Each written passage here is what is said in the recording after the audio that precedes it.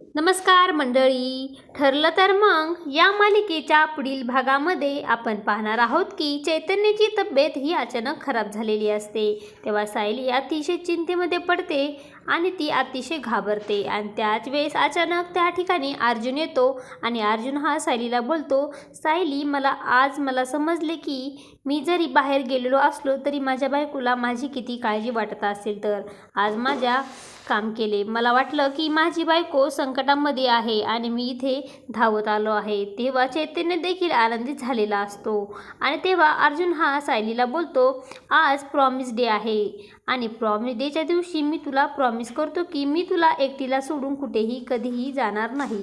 आणि त्यानंतर आपण पाहतो अर्जुन आणि सायली हे पोलीस स्टेशनमध्ये अस्मितावर झालेल्या हल्ल्याची तक्रार करण्यासाठी आलेले असतात आणि इन्स्पेक्टरला विचारतात की तो आरोपीला तुम्ही पाहिले आहे का, कसा दिसायला होता. तेव्हा सायली बोलते की तो आरोपी नव्हता तर एक महिला आरोपी होती. जरी तिने मास्क घातलेला असला तरी तिच्या शरीरावरून समजते की ती एक महिला होती. आणि हे सर्वजण मिळून CCTV फुटेज चेक करू लागतात आणि त्याच वेळेस आपण पाहतो त्या ठिकाणी साक्षी ही आपल्या चेहरा झाकून पोलीस स्टेशनमध्ये आलेली असते आणि हवालदार यांना विचारते, तुम्हाला कोणाला भेटायचं आहे का.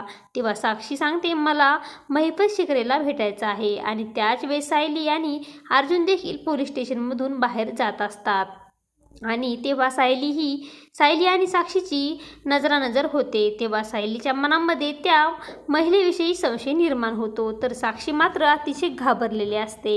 आता पुढे येणाऱ्या भागामध्ये सायली आणि अर्जुन साक्षीला ओळखणार का हे पाहणे अतिशय रंजक ठरणार आहे. ठरलं तर मग या मालिकेचे सर्व अपडेट पाहण्यासाठी आपल्या चॅनलला लाईक करा, शेअर करा आणि सबस्क्राईब करायला विसरू नका. धन्यवाद.